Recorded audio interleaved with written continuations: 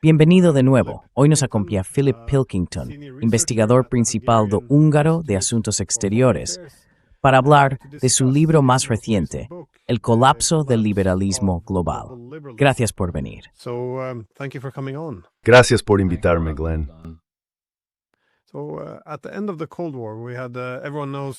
Al final de la Guerra Fría, todos conocen la aportación de Francis Fukuyama. En su artículo de 1989, sostenía que habíamos llegado al fin de la historia. Con la Guerra Fría terminada, la democracia liberal combinada con el capitalismo de libre mercado no tenía rivales ideológicos viables. Por esta razón, representaba la forma final de gobierno humano. Toda la competencia entre diferentes formas de gobierno había terminado, y la historia, entendida como la lucha entre sistemas políticos en competencia, había llegado efectivamente a su fin. Era una nota optimista de universalismo.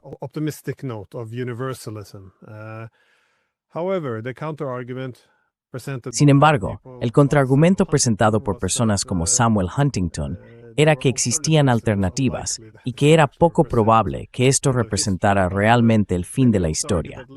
Pero muchos también sostenían que el liberalismo, para prosperar, debía estar equilibrado, por ejemplo, con el nacionalismo, y que, en la victoria, sin ningún contrapeso, el liberalismo moriría a causa de sus propios excesos. Oímos esto de personas como Alexis de Tocqueville y otros pensadores que se remontan al siglo XIX.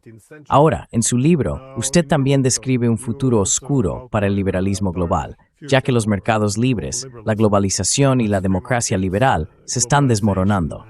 Me preguntaba si podría desarrollar la tesis y los argumentos de su libro.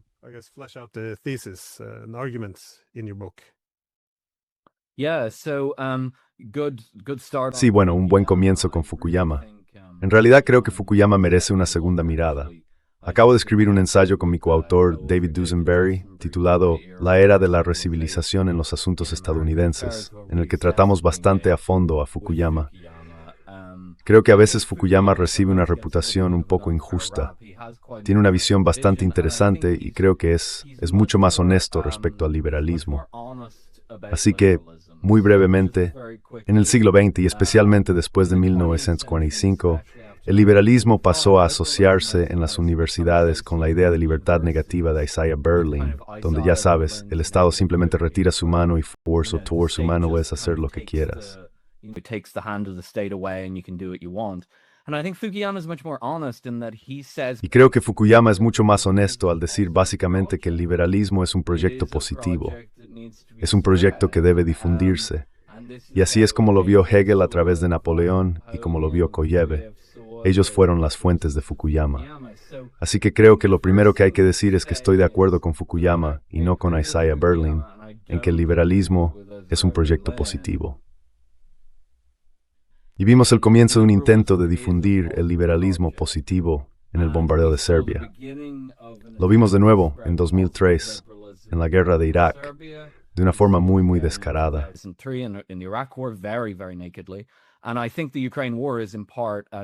Y creo que la guerra de Ucrania es en parte un intento de expandir el liberalismo hacia el este, porque Rusia ha demostrado obstinadamente que no es liberal. Pero volviendo a tu pregunta, creo que básicamente hay que retroceder un poco hasta el principio.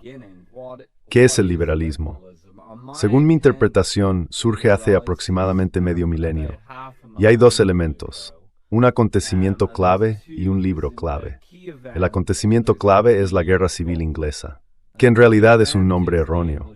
La Guerra Civil Inglesa no fue una guerra civil, fue una revolución republicana de Cromwell contra la monarquía. Carlos perdió la cabeza. Cuando un rey pierde la cabeza, no se trata de una guerra civil.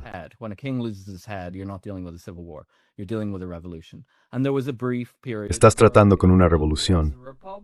Y hubo un breve periodo en el que Inglaterra fue una república. Así que fue al 100% una revolución. La única razón por la que la llamamos una guerra civil es porque los ingleses, hasta hace poco, ya que el país está un poco en decadencia ahora, han estado obsesionados con la continuidad constitucional. Pero no hay continuidad constitucional según esta interpretación. El libro es Dos tratados sobre el gobierno de John Locke. Y en él no creo estar diciendo nada que no se oiga en una clase básica de liberalismo. John Locke escribió ese libro, en realidad, durante el periodo de la Restauración, después de la caída de la República Inglesa.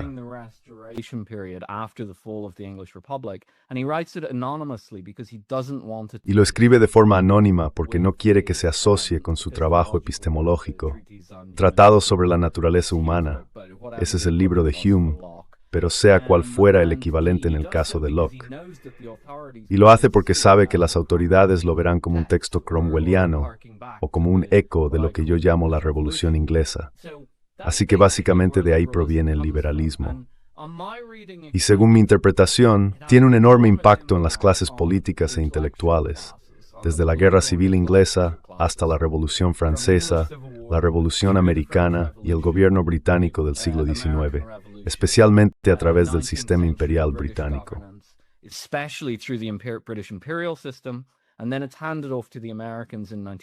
Y luego pasa a manos de los estadounidenses en 1945. Pero a pesar de haber tenido un impacto muy fuerte en las clases intelectuales, eso y el marxismo, el liberalismo nunca llegó realmente a ponerse a prueba en su forma completa, porque en mi opinión es una ideología bastante antinatural. Y de hecho, lo que acabamos viendo en la mayoría de los lugares, la mayor parte del tiempo, es lo que tú dijiste al principio, una especie de sistema liberal híbrido tocqueviliano o algo por el estilo. Y lo que sostengo en el libro es, básicamente, que desde el final de la Guerra Fría, al liberalismo se le ha permitido quitarse los guantes.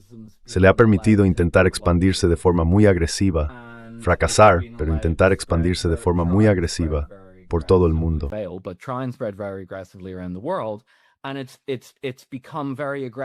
Y se ha vuelto muy agresivo dentro de las propias sociedades.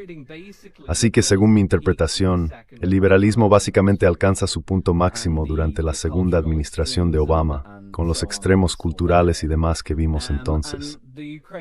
La guerra de Ucrania es probablemente su lápida. Creo que la guerra de Ucrania, en retrospectiva, se interpretará como una sobrereacción de una ideología moribunda. Y ahora, en 2026, llevamos ya unos años en el colapso del liberalismo global. Con eso me refiero tanto a un orden mundial que se suponía basado en el liberalismo, como a nivel interno, creo que el liberalismo se está desmoronando en casa.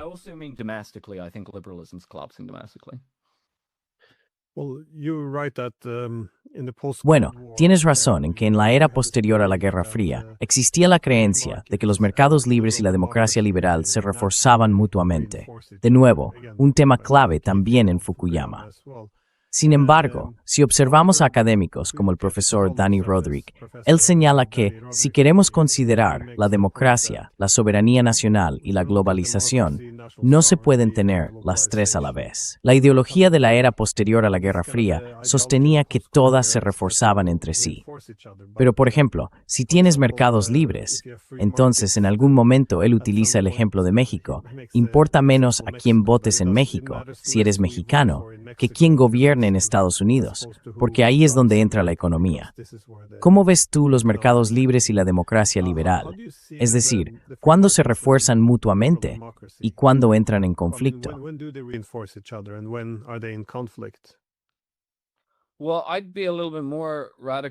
Bueno, yo sería un poco más radical al respecto.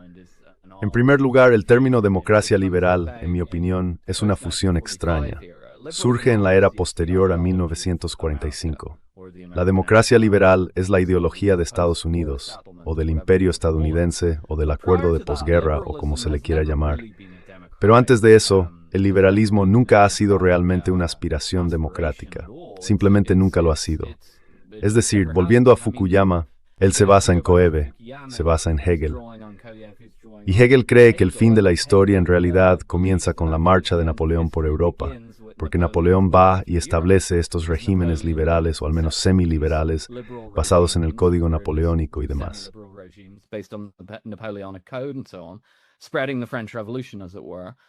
Difundiendo la Revolución Francesa, por así decirlo.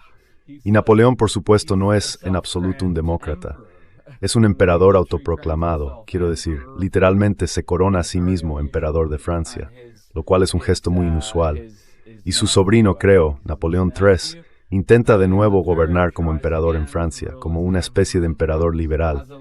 Así que no creo que el liberalismo y la democracia tengan mucho que ver entre sí. Como dije, el liberalismo se remonta a unos 500 años atrás, mientras que la democracia es un sistema que se remonta directamente a la antigua Grecia. Es decir, es un concepto muy, muy antiguo en la historia humana. Así que no creo que el liberalismo y la democracia tengan tanto que ver entre sí. I don't think liberalism and democracy have that much to do with each other, first of all. It's a contingent formation. En primer lugar, se trata de una formación contingente posterior a 1945, porque la forma de democracia que Estados Unidos decidió adoptar fue una democracia liberal. Y luego, además de eso, por supuesto, como dices, hay que superponer las ideas del libre mercado o del libre mercado globalizado. De nuevo, creo que se puede tener una especie de liberalismo de valores suaves, por así decirlo, con un libre mercado.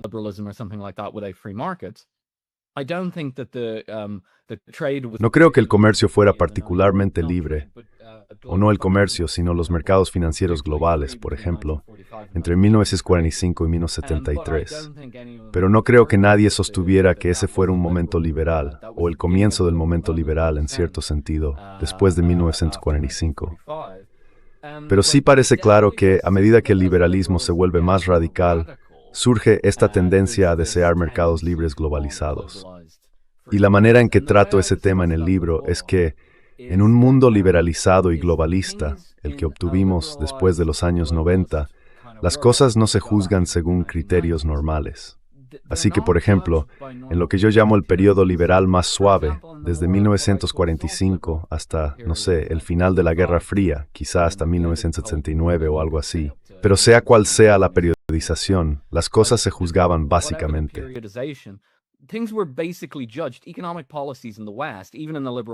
Las políticas económicas en Occidente, incluso en el Occidente liberal, se evaluaban en función de los resultados que producían.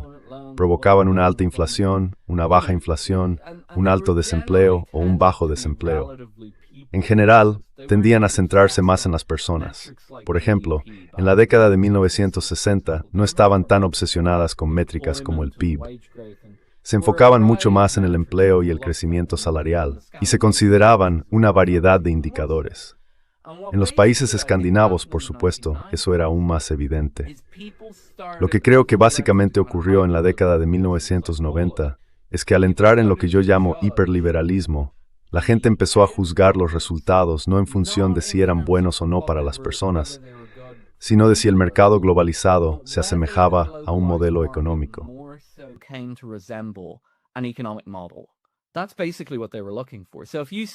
Básicamente, eso era lo que estaban buscando.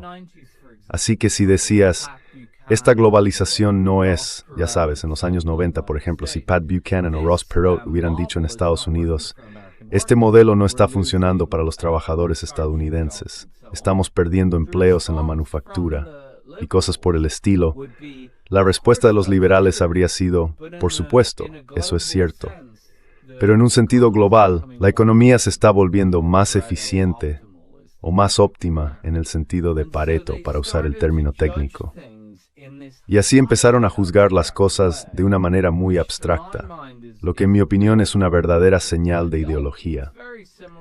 Es muy parecido a cuando los socialistas o comunistas intentan juzgar la sociedad no en función de si está dando resultados para la gente, sino de si se está acercando al ideal comunista. Si entiendes lo que quiero decir.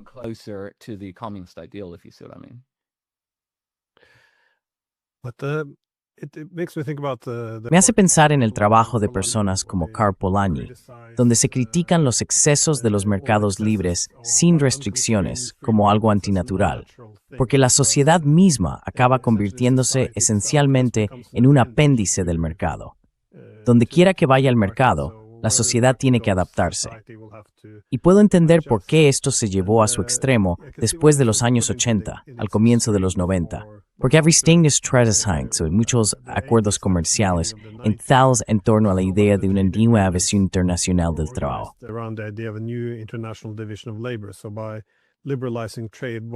Así que, al liberalizar el comercio y al mismo tiempo reforzar los derechos de propiedad intelectual y demás, lo que ocurrió fue que, por ejemplo, en Estados Unidos, La mano de obra se concentró en las industrias de alta tecnología y en las finanzas, mientras que el trabajo tradicional se externalizó. Si uno se fija solo en las cifras, fue un trato bastante favorable para Estados Unidos. Aseguraron una posición de liderazgo desde la cual podían saturar los mercados internacionales con estas actividades de altos ingresos y alta dependencia en la economía global. Y mientras tanto, presumían de decir, bueno, hemos pasado de ser un estado industrial a una economía de servicios. Pero detrás de todo esto, por supuesto, hay cifras.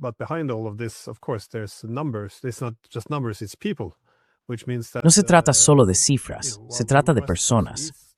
Lo que significa que, ya sabes, mientras la costa oeste y la costa este prosperaban, como mencionabas antes, toda la clase trabajadora fue expulsada. Pasaron de trabajos de alta cualificación y altos ingresos a trabajos de baja cualificación y bajos ingresos. Así que se creó una enorme división dentro del país, donde la economía, en esencia, dejó de funcionar igual de bien para todos, generando ganadores y perdedores. Pero se ve un problema similar a escala global, sin embargo. Quiero decir por qué. Supongo que la suposición era que solo habría un periodo de ajuste. Pero ¿es por eso que acabaría chocando contra un muro en algún momento?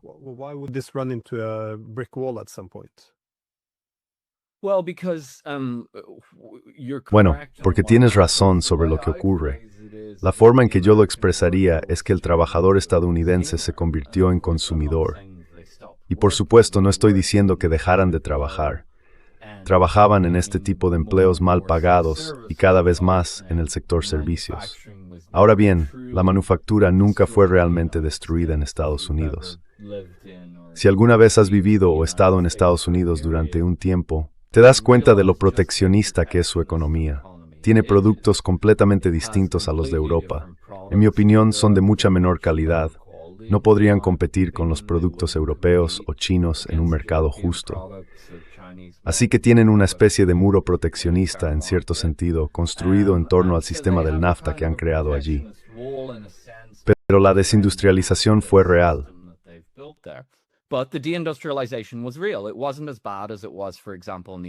No fue tan grave como, por ejemplo, en el Reino Unido, pero fue real. Y lo que hicieron básicamente fue sustituir a los trabajadores productivos por trabajadores del sector de servicios de consumo, en cierto sentido. Así que las tasas de consumo en realidad aumentaron durante este periodo, es decir, en relación con la actividad económica general, estaba más impulsada por el consumo. Entonces, ¿cómo se hace eso?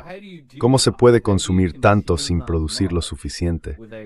Pues, por supuesto, se incurren en déficits comerciales, ¿verdad? Se importa más de lo que se exporta. Ahora bien, ¿cómo se mantienen déficits comerciales? Bueno, la única manera de mantener un déficit comercial es conseguir que alguien más posea tus activos en tu moneda.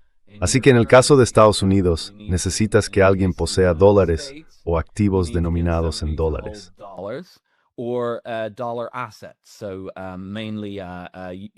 Así que principalmente bonos del gobierno de Estados Unidos, también bonos corporativos o acciones.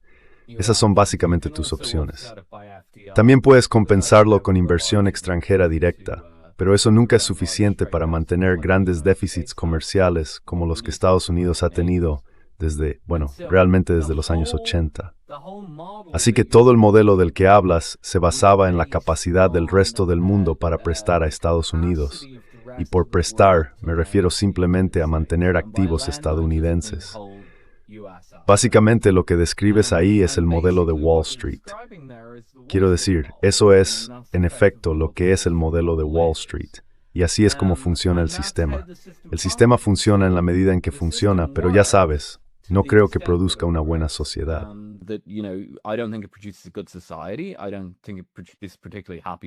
No creo que produzca personas especialmente felices. Creo que genera mucha desigualdad de ingresos y muchos problemas. Además, crea burbujas financieras, necesariamente, porque la economía se vuelve cada vez más financiarizada. Pero sigue funcionando mientras los extranjeros estén dispuestos a mantener dólares o activos en dólares. El problema ahora es que desde la incautación de los activos de reserva en 2022, las reservas rusas, la gente se está alejando del dólar. Los extranjeros se están alejando del dólar. Eso comenzó en 2022, de forma silenciosa, muy silenciosa, y todos observaban a Rusia para ver si funcionaría. Funcionó. Así que discretamente se están alejando del dólar.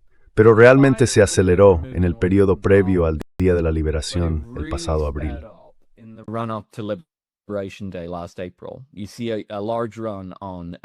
Se observa una gran retirada de reservas y una enorme venta masiva de las mismas. Y lo que ha ocurrido recientemente, solo en los últimos 10 días más o menos, es que los estadounidenses parecen haber molestado lo suficiente a los europeos como para que ahora estén considerando deshacerse de los activos en dólares. Hemos visto la fase inicial de eso. Un fondo de pensiones danés anunció que estaba rebajando la calificación de la deuda estadounidense y eliminándola de su balance. Eso asustó tanto al secretario del Tesoro de Estados Unidos, que llamó a Deutsche Bank para preguntar por algunas de las notas de investigación que estaban publicando. El ejecutivo de Deutsche Bank dijo que no era la posición oficial del banco. Pero por supuesto, esto es un clásico juego político y diplomático, ¿verdad?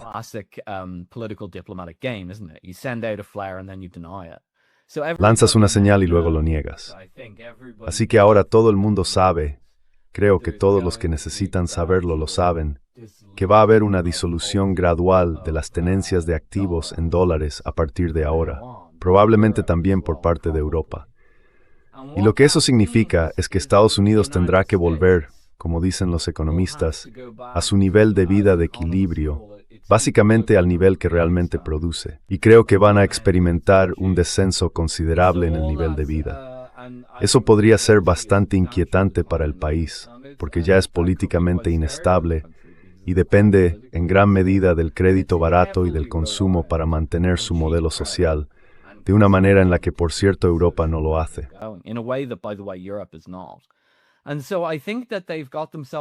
Así que creo que se han metido en un buen lío. Lo que estaban haciendo con la economía que acabas de describir era mantener una economía basada en el crédito, y no se puede sostener una economía de crédito para siempre. En realidad, me parece increíble que se convencieran a sí mismos de que podían mantener una economía de crédito hasta el fin de los tiempos. Era una completa fantasía. Pero ahora creo que están empezando a pagar las consecuencias. Y para finales de 2026, habremos visto cómo el hegemónico del dólar estadounidense pasa por serias dificultades. En realidad, estoy un poco nervioso por lo que puede ocurrir en Estados Unidos.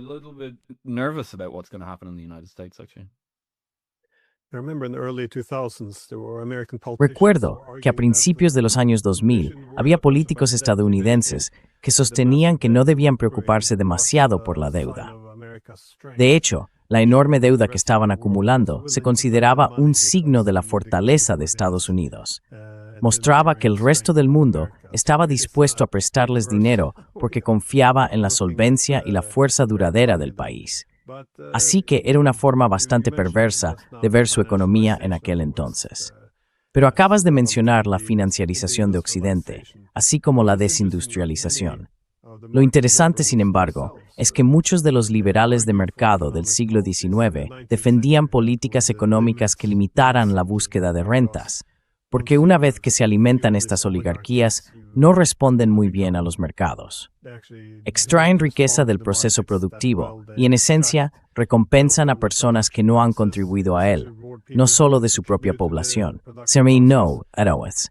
Not just from their own population, but also from the world. I think that's why the dollar is such a Creo que por eso el dólar es un instrumento tan interesante, porque un gobierno puede recaudar impuestos a su población mediante la tributación, o simplemente puede imprimir nuevo dinero. Pero el dólar es realmente interesante porque todo el mundo posee dólares. Así que cada vez que imprimen nuevos dólares, adquieren dinero nuevo mientras disminuyen el valor de los ya existentes. Es una forma de grabar al mundo entero.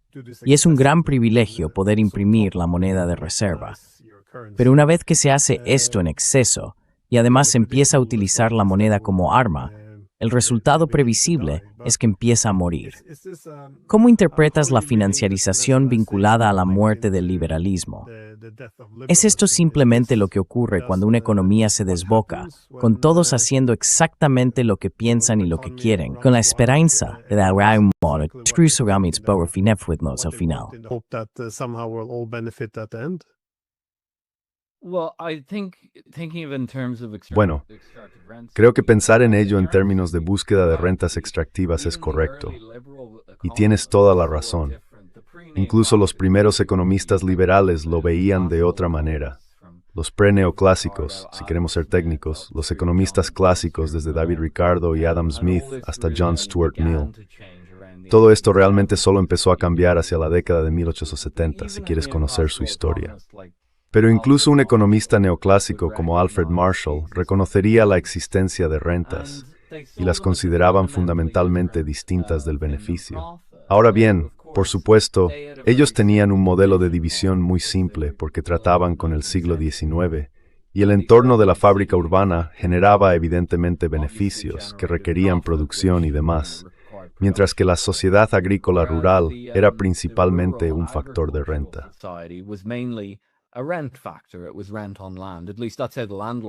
Era renta sobre la tierra. Al menos así es como los terratenientes obtenían sus ingresos. Los agricultores tenían que producir bienes, pero la productividad, bueno, ya sabes, la productividad era interesante en cierto sentido, pero estaba bastante separada de la cantidad de renta que pagaban. Ahora bien, creo que lo que básicamente ocurrió fue que después de alejarnos de la división muy evidente del trabajo entre la agricultura y la manufactura, los economistas, como suelen hacer y como suelen hacer los liberales, quisieron volverse cada vez más abstractos y englobaron la noción de renta dentro de la noción general de beneficio. Y creo que ahora empezamos a lamentarlo, porque está relacionado con la economía financiarizada. Y la economía financiarizada está ciertamente relacionada con la necesidad de mantener déficits comerciales y demás.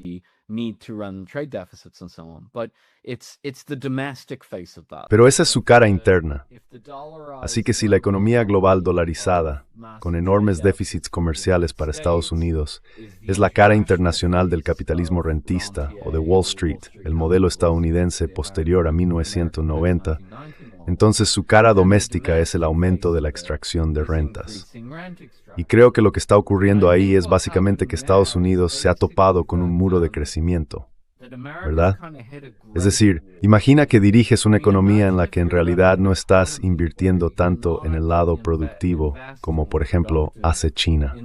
Bien, entonces, ¿en qué inviertes? ¿Soy un inversor en Wall Street? ¿O soy un fondo de pensiones? ¿O un gestor de capital privado?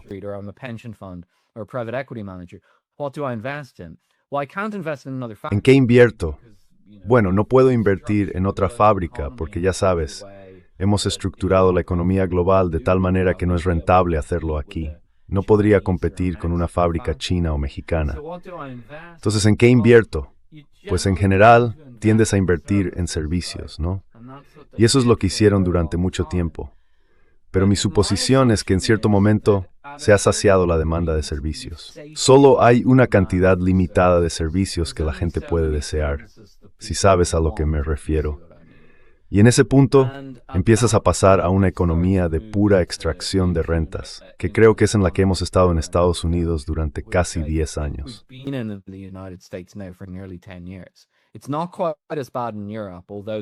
No es tan grave en Europa, aunque algunos aspectos de ello se están introduciendo poco a poco, y creo que deberíamos prestarles mucha más atención.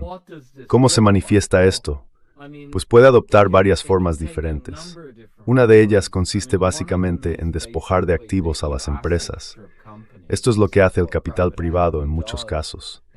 Entras, compras empresas relativamente funcionales, algo aburridas, aplicas una palanqueamiento en varios spot a esas empresas de activos. Después, destruye las empresas para extraer beneficio a corto plazo.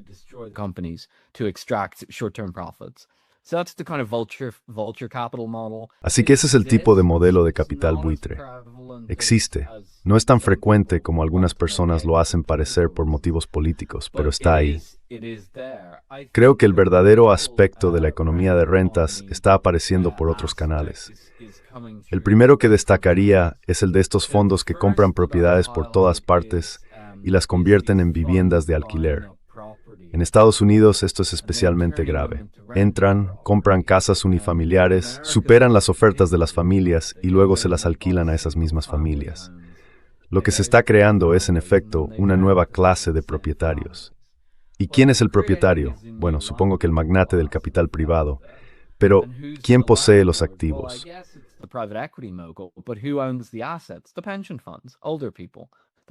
Los fondos de pensiones, las personas mayores, ellos son quienes poseen los activos, las personas ricas y los fondos de pensiones, las personas mayores y las personas ricas. Y esto también está relacionado, lamentablemente, con el envejecimiento de nuestra sociedad. El otro aspecto de la expansión de la economía rentista es, creo, básicamente el vicio, lo que antes llamábamos vicio. El juego está explotando en Estados Unidos. Creo que siempre se entendió en Estados Unidos que era necesario tener una regulación estricta del juego, porque América es una sociedad tan comercial y no tiene las mismas restricciones sociales que podría haber en Europa. Así que si dejas que la gente se desboque con ciertos productos, realmente los llevarán al límite.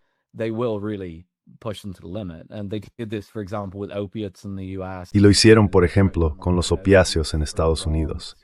Intentaron comercializar los opiáceos durante un tiempo y destruyeron gran parte del tejido social con ello.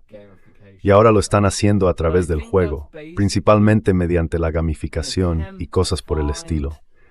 Creo que básicamente se trata de un intento de encontrar palancas de consumo o formas de extraer dinero de la gente que de otro modo no podrían utilizar. Y por supuesto, es la sabiduría más antigua, que se remonta a Aristóteles. La mejor manera de robar a un hombre es apelar a sus vicios, pero apela a todo. Algunas de las aplicaciones más extrañas, aplicaciones de pornografía y demás, se están extendiendo por todos los rincones.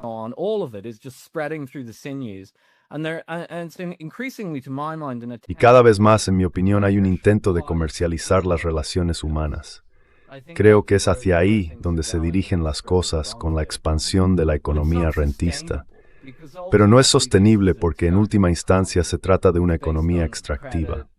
Se basa en el crédito, formas de usura, francamente, lo que antes llamábamos usura, y en una proliferación de vicios que probablemente tendrá efectos sociales realmente perjudiciales, y así sucesivamente. Creo que probablemente desaparecerá junto con el resto del modelo de importación financiero internacional. Pero en este momento está causando mucha disrupción social. Y algunos de estos vientos también están llegando a Europa.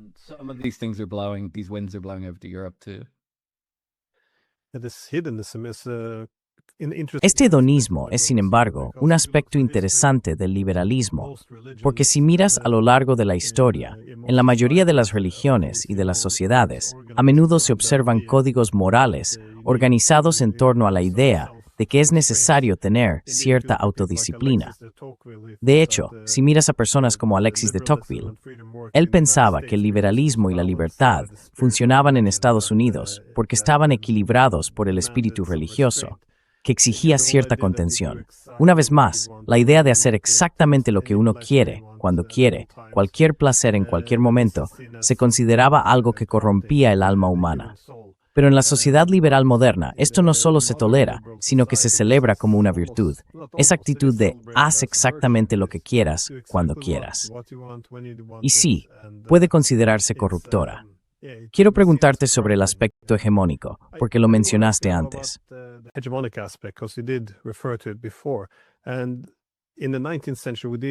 Y en el siglo XIX tuvimos, a los británicos, cuando se referían a su imperio, fue entonces cuando se vio que los liberales estaban algo divididos.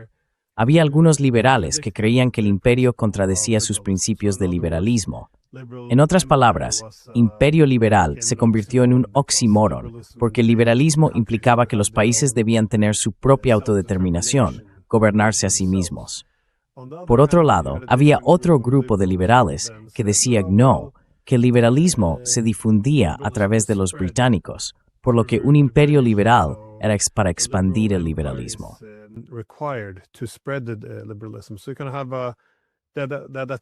Así que se puede ver que la contradicción no siempre se resolvía. Parece que en nuestra época ocurre lo mismo. pero en lugar de imperialismo liberal, lo llamamos hegemonía liberal.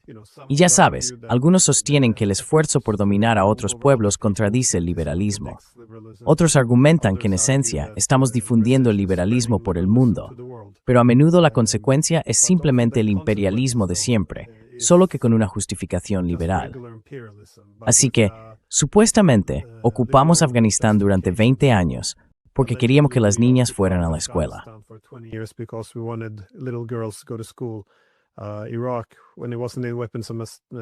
En Irak, cuando no se trataba de armas de destrucción masiva, la idea de respaldo era que estábamos allí para promover la democracia. En Libia, también se hablaba de derechos humanos, aunque eso acabó resultando en mercados de esclavos. En Siria, de nuevo, se trataba de derechos humanos, aunque tuvimos que aliarnos con un líder del ISIS. Y por supuesto, en Ucrania, todo gira en torno a la libertad, la democracia y la soberanía, supuestamente la motivación detrás de la OTAN. Se vieron esfuerzos similares, formas parecidas de legitimar lo que se hizo en Venezuela. Pero ¿cómo ves el contexto más amplio? ¿Se trata del universalismo incorporado en el liberalismo que rechaza la soberanía estatal? ¿O qué es lo que tiene el liberalismo que parece ir de la mano con el imperio?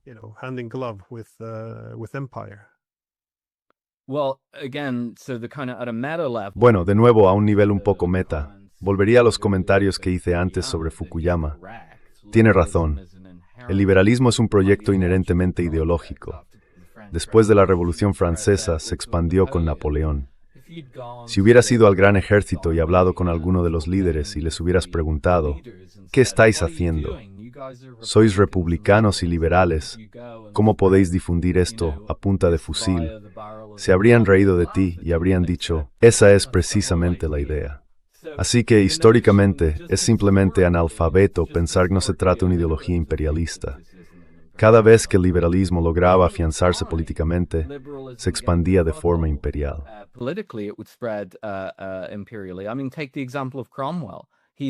Quiero decir, tomemos el ejemplo de Cromwell. Marcha hacia Irlanda para intentar eliminar el elemento católico allí, justo después de establecer una república en Gran Bretaña. Pero el otro aspecto de esto es lo que tú describes. Y creo que, habiendo visto tu programa bastantes veces, el cual me gusta, tus oyentes serán muy conscientes de que Estados Unidos ha utilizado este tipo de fórmulas para justificar su dominio hegemónico, especialmente Francia. Desde la década de 1990, realmente creo que desde el bombardeo de Belgrado, ese fue el momento decisivo. En realidad creo que la Primera Guerra del Golfo podría considerarse una intervención de Realpolitik, que fue en cierto modo honesta.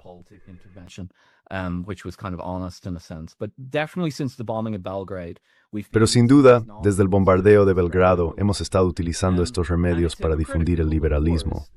Y por supuesto es hipócrita. Pero la cuestión es que no empezó entonces. Ese juego fue inventado, realmente en el sentido moderno, por los británicos. Tengo un capítulo sobre diplomacia en el libro que trata este tema. Los lectores probablemente conocerán las viejas fotografías del Congo belga que muestran a personas que eran básicamente sirvientes por contrato o esclavos, con las extremidades amputadas por los imperialistas belgas allí. Y todo eso ocurrió. Lo que estoy a punto de decir no pretende justificar la intervención belga ni el imperialismo belga en el Congo, pero de hecho, esas fotografías no eran neutrales.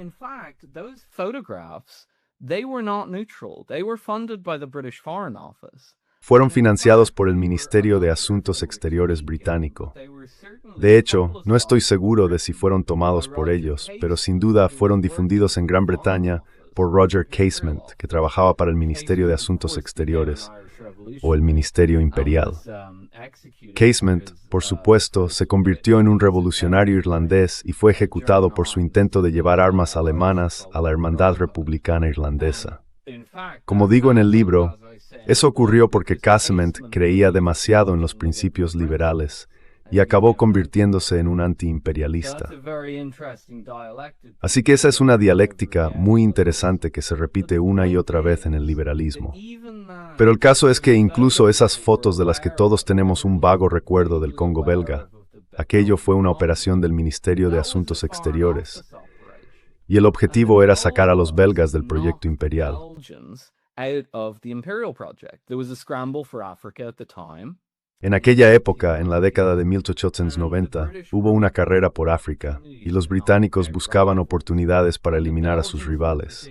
Los belgas eran particularmente débiles porque era principalmente el rey belga quien intentaba difundir el liberalismo en el Congo. Así que sabían que si lograban provocar un escándalo y hacer que los belgas quedaran muy mal en el Congo, probablemente se retirarían.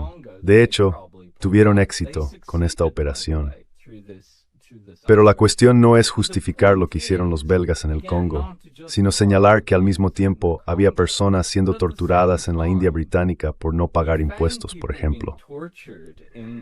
El sistema imperial británico en la India era bastante cruel. Quiero decir, puedes leer a George Orwell al respecto si quieres. Incluso hasta la década de 1930, seguía siendo bastante cruel. Even as far up as the 1930s, it's quite cruel in the 1920s. Back in the late 19th century, En la década de siglo XX, o más bien a finales del siglo XIX, era aún más brutal. Así que la cuestión es que el imperialismo, ese tipo de imperialismo decimonónico clásico, siempre es muy cruel. E incluso en aquella época ya existían intentos de justificar la hegemonía liberal y el imperio basándose en una especie de pornografía de atrocidades, si se quiere llamar así. Así que en realidad no es un fenómeno nuevo en absoluto. Y de nuevo, creo que esto revela algo muy profundo en el corazón del liberalismo. Es una ideología expansionista y una ideología que se justifica a sí misma. No solo afirma que debemos expandirnos, sino que una vez que lo hagamos, las cosas mejorarán. Ahora bien, los datos empíricos muestran que las cosas a menudo no mejoran, pero se trata de un proyecto ideológico. Así que, en mi opinión, los datos empíricos no importan tanto como la justificación ideológica.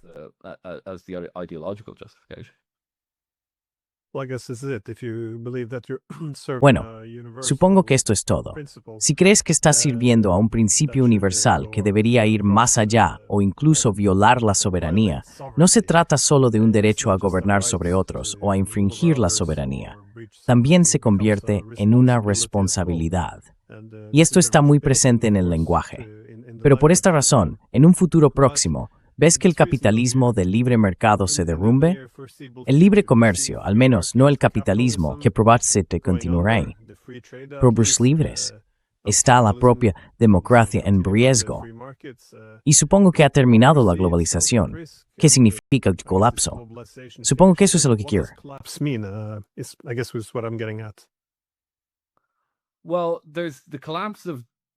Bueno, está el colapso del globalismo liberal, en cierto sentido, que creo que está ocurriendo de manera bastante definitiva. Eso no significa que toda la economía mundial se derrumbe ni nada por el estilo, aunque podría haber mucha agitación. Creo que el modelo económico del futuro probablemente se parecerá al de China, que a nivel microeconómico o empresarial tiene mucha competencia. No me gusta mucho el término libre mercado, porque conlleva todas esas connotaciones ideológicas. Pero China tiene un sistema muy competitivo, hipercompetitivo de hecho, a nivel empresarial. Sin embargo, los recursos y el capital sobre todo son asignados de manera efectiva por el Estado, no de forma exclusiva, pero sí dentro de un sistema dirigista, como solíamos llamarlo en Europa, y es el punto culminante de ese modelo.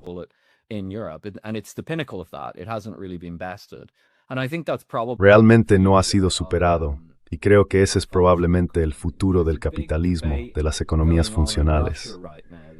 En Rusia hay un gran debate en marcha que no se entiende del todo en Occidente. No creo que los rusos lo planteen en esos términos. Pero en última instancia, lo que están discutiendo es si deberían avanzar más hacia el sistema chino o mantener el tipo de sistema centrado en el Banco Central propio de Occidente. Ese debate sigue abierto en Rusia, aunque no lo describan de esa manera. Luego está la cuestión de qué ocurre con el Occidente liberal, ¿verdad? Y ahí es donde creo que realmente solo hay dos caminos. O el Occidente liberal colapsa de verdad, y cuando digo colapsa, me refiero realmente a colapsa.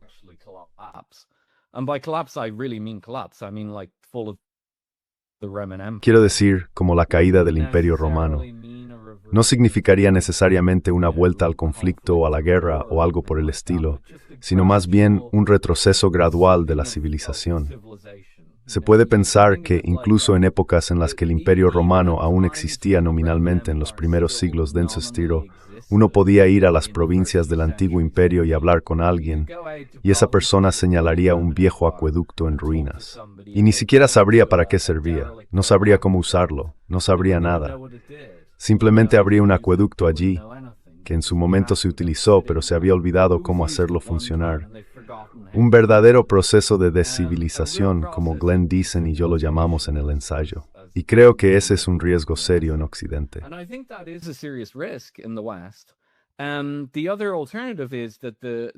La otra alternativa es que Occidente, y de hecho creo que debemos dejar de hablar de Occidente porque parece que Europa y Estados Unidos están siguiendo caminos distintos. Pero ya sabes, Europa y Estados Unidos, o uno u otro, sigan algún tipo de senda posliberal. Y de nuevo, no es algo que aparezca tanto en el libro, pero lo que Glenn Deason y yo destacamos en nuestro ensayo sobre la recivilización es que a estas alturas probablemente esté bastante claro cómo sería eso. Las potencias globales que están surgiendo ahora están volviendo a sus raíces civilizacionales. Es algo realmente evidente. En el caso de Rusia, es algo manifiesto. Se ven fotos de sacerdotes ortodoxos bendiciendo misiles Sarmat. No estoy diciendo que haya habido una gran oleada de resurgimiento del cristianismo ortodoxo en Rusia.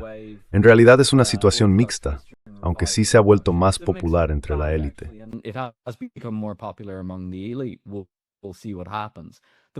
Ya veremos qué pasa. La cuestión es que la estética del Estado ha vuelto a su norma civilizacional. Lo mismo está ocurriendo en China. Estuve en China 2 veces el año pasado hablando de esto, y en realidad se están moviendo hacia un sistema post-marxista en el que están mucho más interesados en las antiguas nociones confucianas de gobierno. Porque en realidad el Partido Comunista de China se parece mucho a la antigua burocracia imperial china. Es una meritocracia.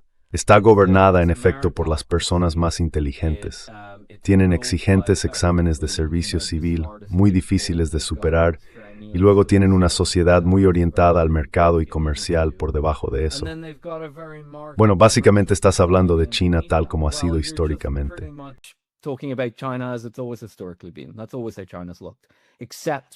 Así es como siempre ha sido China, salvo por el periodo muy desagradable que atravesaron durante el siglo de la humillación, que fue principalmente resultado del imperialismo británico en la región. La India, por supuesto, está volviendo al nacionalismo hindú, lo que de nuevo sería una especie de estado civilizacionalmente normal. Y lo que estamos viendo, lo que creo que es lo más interesante que ha ocurrido en las últimas semanas, es el establecimiento de una especie de OTAN suní en Oriente Medio, que cada vez más parece que la región está volviendo a su forma anterior a 1914. Básicamente un bloque suní, que antes se llamaba el Imperio Otomano. No digo que vaya a estar gobernado por Turquía, pero creo que Turquía será el principal actor, y un bloque chií, lo que antes era Persia. Básicamente creo que Oriente Medio está volviendo a eso.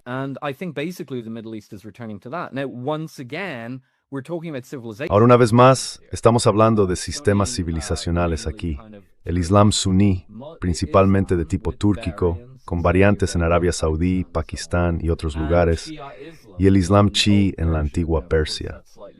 Ahora bien, por supuesto, eso es algo diferente de la antigua Persia, pero hay muchas similitudes. Así que en mi opinión, si Occidente, o si queremos dejar de usar el término Occidente, tal vez lo hagamos. Pero si la vieja Europa y la nueva Europa, que son América, Canadá y demás, y también América Latina quieren salir adelante en el mundo postliberal, creo que probablemente tendrán que volver a sus raíces civilizacionales. Esa es mi impresión. Ahora la pregunta es, ¿lo harán o seguirán desmoronándose en estas sociedades tan disfuncionales que estamos empezando a ver surgir ahora mismo?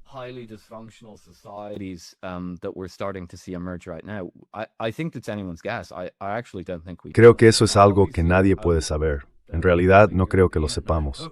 Obviamente, eso espero, soy europeo. Espero que podamos organizarnos, pero hemos cometido una enorme cantidad de errores en los últimos 5 años. Errores realmente graves. La guerra en Ucrania fue el mayor error geopolítico en Europa desde 1940, probablemente desde el 14, para ser sincero. Y además, Nos hemos peleado con todo el mundo. China, Estados Unidos y así sucesivamente, junto con una clase dirigente muy deficiente. Creo que apenas hace falta que se lo diga a tus oyentes, pero la clase dirigente en Europa es, diría yo, deliberadamente deficiente, si la gente quiere interpretar algo con eso. Pero desde luego son muy deficientes. Así que no sabemos hacia dónde va a ir todo esto, pero creo que necesitamos volver a lo básico en Europa, para ser sinceros.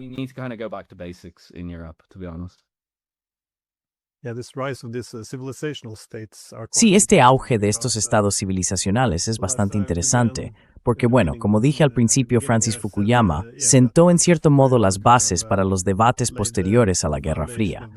Pero su principal oposición vino de Samuel Huntington, que tenía su tesis contraria, la del choque de civilizaciones.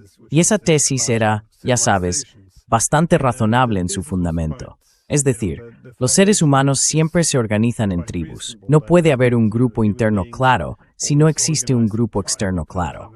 La gente siempre encontrará nuevas formas de organizar quiénes somos nosotros y quiénes son los otros. Así que la tribu más grande sería la civilización. Por lo tanto, él esperaba que viéramos el auge de civilizaciones compitiendo entre sí.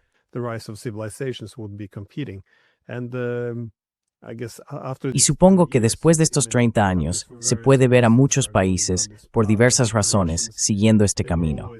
Creo que los rusos estaban casi destinados a alejarse de este proyecto liberal, porque todo el futuro de Rusia consistía en tener la opción de ser ese estudiante permanente de Occidente liberal, que por cierto nunca se graduaría, como un igual soberano. Así que nunca resultó atractivo. Y para los chinos, por supuesto, a medida que atraviesan esta enorme industrialización y la sociedad cambia de una manera tan profunda, cuando todo se mueve con tanta fuerza a tu alrededor, es bueno tener una cultura de 5.000 años a la que recurrir, que funcione como un ancla. Creo que los húngaros piensan un poco de la misma manera.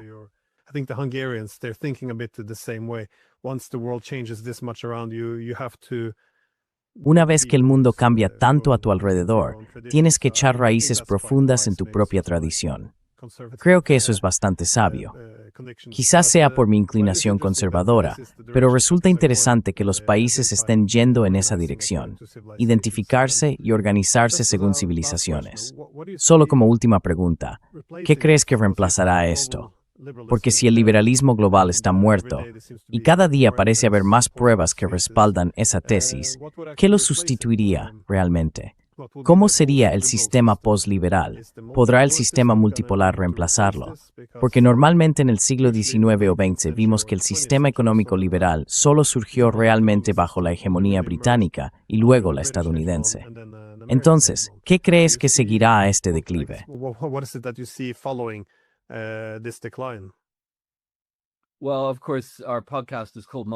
Bueno, por supuesto, nuestro podcast se llama Multipolarity, the Podcast, en el que participaste hace unos meses.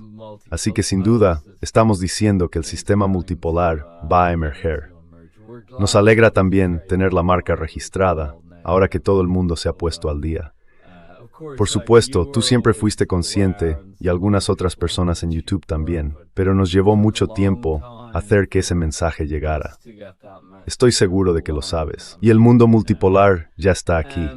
Quiero decir, es como el colapso del liberalismo, ya ha ocurrido. Todo el mundo simplemente iba dormido por la vida, salvo unos pocos comentaristas que eran lo bastante independientes o de mente abierta como para ver lo que estaba pasando. Independent or open-minded enough to see what was going on. The nice thing I think about the New World. Lo bueno creo del nuevo orden mundial, y esto va en contra de Samuel Huntington, es que no creo que haya realmente tanto potencial para un conflicto enorme. O mejor dicho, debería expresarlo de otra manera. Es algo binario. O no vamos a tener mucho conflicto, o todos vamos a morir en una guerra nuclear, ¿verdad? Así que realmente es una cosa u otra. No hay término medio. El problema es que cuando Samuel Huntington habla del choque de civilizaciones y demás,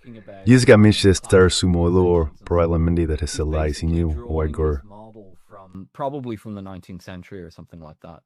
And in the 19th century, war was very different. Y en el siglo XIX, la guerra era muy diferente. En cierto sentido, no existía la guerra total. Lo más parecido que tuvimos a una guerra total fue la Guerra Civil estadounidense, y esta fue tan mortífera precisamente por los nuevos desarrollos en armamento, sobre todo la nueva munición que se utilizaba en esos fusiles. Así que ahora estamos en una situación en la que los sistemas de armas se han desarrollado hasta tal punto que realmente no podemos tener guerras a gran escala. Podemos tener escaramuzas fronterizas, pero la guerra más grande que realmente podemos tener es la que está ocurriendo en Ucrania. Y no quiero restar la importancia a eso.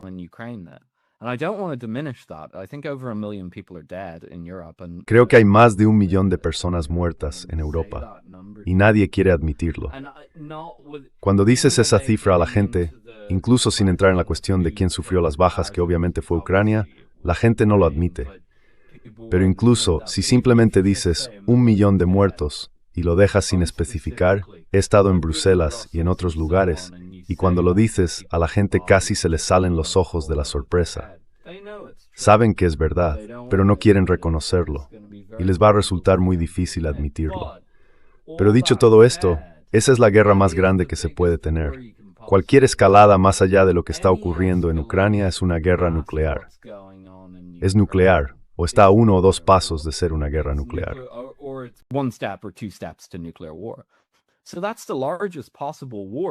Así que esa es la guerra más grande posible que podríamos tener. Espero muchos enfrentamientos y guerras menores a medida que avancemos hacia el periodo multipolar, pero creo que serán bastante pequeñas. De nuevo, vuelvo a Oriente Medio, no a la geografía en sí, sino al entorno geopolítico de la región. Las estructuras de alianzas y demás han cambiado drásticamente en los últimos 6 meses, y apenas se oye hablar de ello. Las guerras que han tenido lugar allí, con los Emiratos Árabes Unidos y Somalilandia, en Yemen y algunos combates en Siria, en realidad no han sido tan intensas, especialmente según los estándares de Oriente Medio del periodo liberal tardío.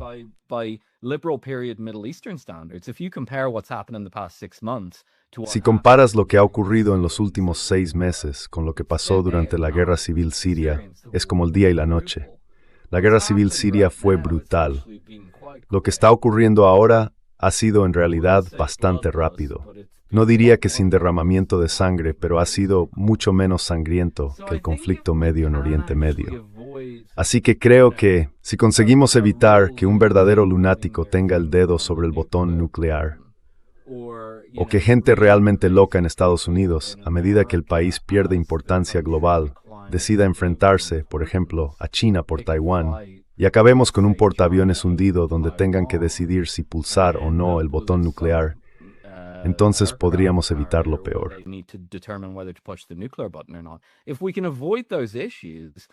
Si podemos evitar esos problemas, en realidad soy bastante optimista respecto a que la era de la violencia masiva podría estar llegando a su fin con el colapso del liberalismo global. Ahora bien, ¿seguirán siendo los europeos lo bastante civilizados como para entender lo que está ocurriendo? ¿O volveremos, en cierto modo, a la versión con dispositivos electrónicos de ser analfabetos y vestir pieles? No lo sé, pero definitivamente creo que el desarrollo de la tecnología armamentística moderna, las armas nucleares especialmente, pero también estos nuevos sistemas de misiles, los avances en defensa aérea como los que acabamos de ver desplegados en Irán, y el crecimiento de las capacidades de guerra electrónica que pueden evitar disturbios civiles, todo eso realmente apunta hacia mucha menos muerte, lo cual es algo positivo, creo.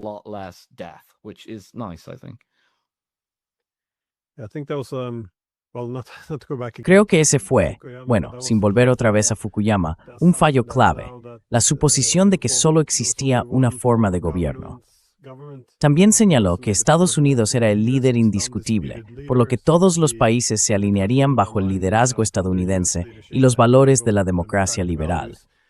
Si observas a los realistas políticos como Stephen Walt, estaban mucho más preocupados, porque los países necesitan equilibrio. Los estados no suelen imponerse límites a sí mismos. Así que, en un mundo unipolar, según su argumento, el principal problema para Estados Unidos era cómo intentar contenerse. Creo que lo comparó con un gorila de 200 kilos que no tenía que imponerse límites. who didn't have to put limits on itself. So his concern was that Así que su preocupación era que Estados Unidos, esto es de los años 90, acabaría expandiéndose en todas direcciones, provocando conflictos, iniciando guerras y con el tiempo agotándose. Y de nuevo, si avanzamos 30 años, parece una descripción bastante acertada de lo que ocurrió. Los bloques militares se expandieron hacia el este y el oeste. Hay guerras que ocurren de forma perpetua y una población que se ha agotado y militarizado, con la economía drenada, la estructura social debilitada y el sistema político polarizado. Así que obviamente, tampoco ha sido una gran época para Occidente. La idea era que la hegemonía liberal nos beneficiaría y que guiaríamos al resto del mundo hacia un sistema internacional más pacífico, pero no resultó como muchos habían supuesto. En fin, ¿algún pensamiento final antes de terminar? Any final thoughts before we wrap up? No, not really. I think No, no realmente. Creo que ya lo hemos cubierto. Animaría a la gente a leer el libro. No trata solo del panorama geopolítico, aunque esa es una parte importante. También trata de la historia del liberalismo, por qué se desarrolló de la manera en que lo hizo y por qué ha provocado muchos de los problemas sociales contemporáneos, especialmente los internos que vemos hoy en día. Bueno, dejaré un enlace en la descripción y muchísimas gracias por tomarte el tiempo. Gracias, Glenn. Gracias por invitarme.